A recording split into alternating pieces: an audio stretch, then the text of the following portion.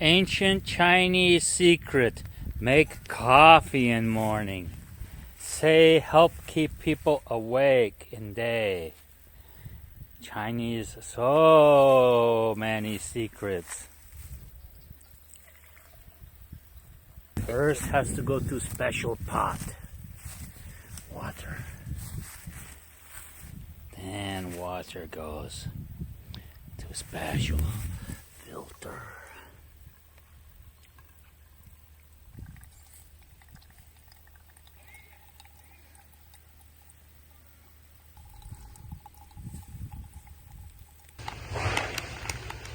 昨天我们在这里扎营的，把垃圾带走。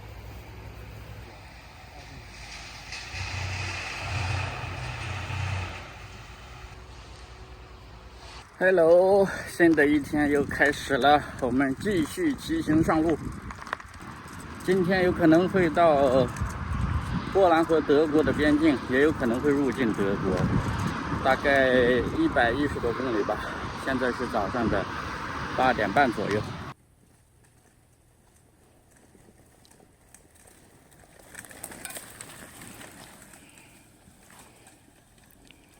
我们一般露营所产生的垃圾呢，会带走，途经一些小镇或者是城市有垃圾桶，就把它扔下。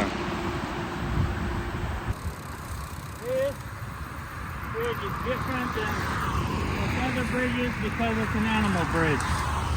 大叔专门停下来告诉我，说这个隧道就是这个桥啊，它是专门是给动物修的，比如说鹿呀什么的一些野生动物，要穿过高速公路呢，避免受到伤害，因为这两旁呢也都拉了铁丝网，它们过不去，所以他们就修了这样子的路，专门是给野生动物穿过高速公路使用的。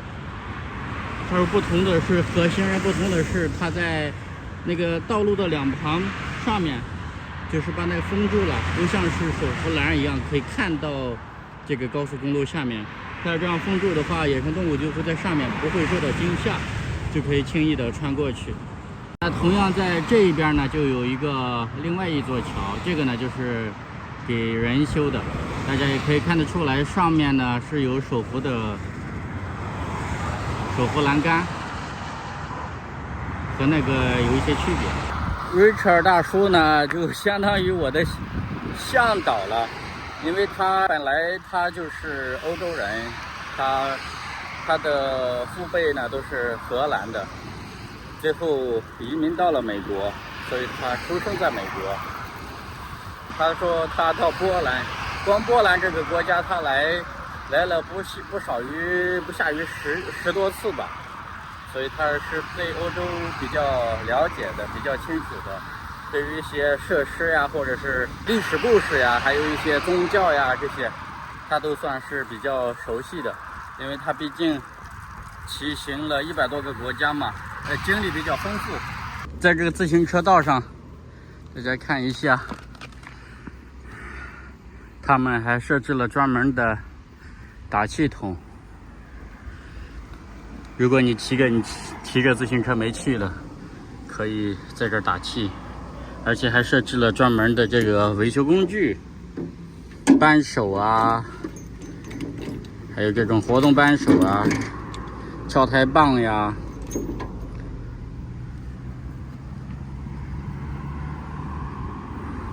大家想象一下，如果说是这种自行车道全部贯穿于整个国家的话，那是不是大家都喜欢骑自行车了？修得很好的路，而且还有比较完善的基础设施。当然，欧洲的这些国家比较小，但大家如果再试想一下，如果这样的设施贯穿于整个欧洲的话，那是不是也很爽？谁还愿意去开车呢？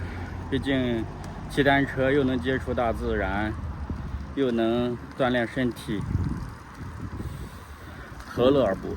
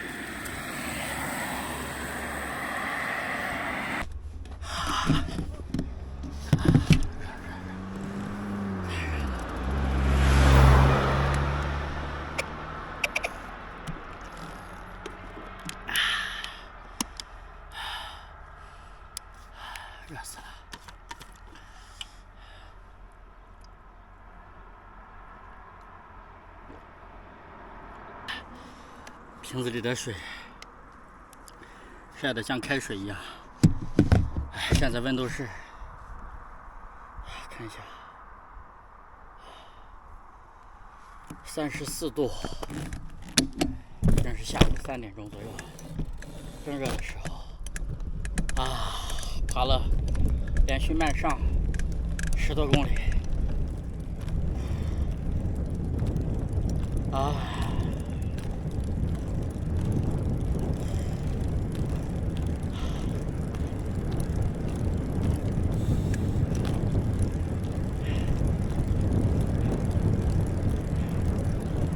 躺车上坡不好上，得一步一步全靠自己踩，太能吃土了这大树啊！意志力超过凡人，连续9年，每天如一日这样子骑单车，睡树林，睡吊床，睡帐篷啊。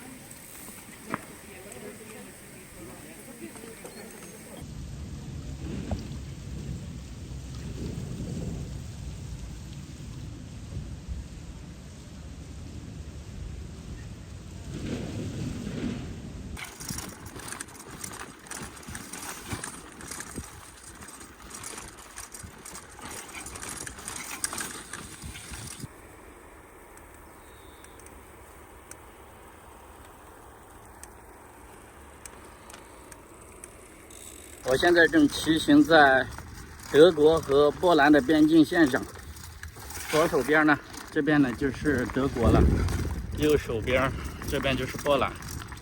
现在骑的这条路是前苏联时期修的，现在他们作为一个自行车车道，但这个路太烂了，颠来颠去的，是水泥做的，好像是水泥节一节一节对起来的。它之间的连接处有那个缝隙，所以自行车一晃一晃的。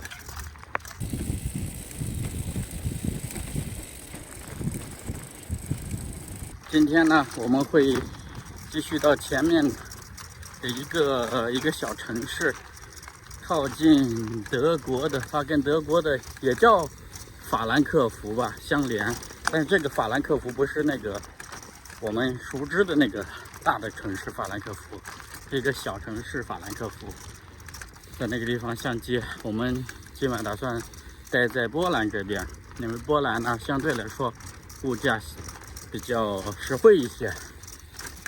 应该大叔的安排呢，说我们继续过了那个小城之后，找个地方露营。明天了呢，再过边境到德国。这样子的路还有几十公里。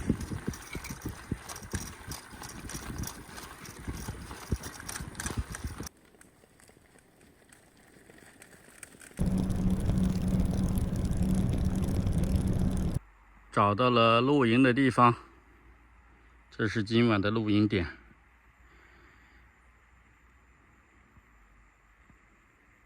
那边有个房子，是游客休息的地方，就是过路的像休息服务区一样的，但是很多的自驾的可能扔了很多的垃圾在那边。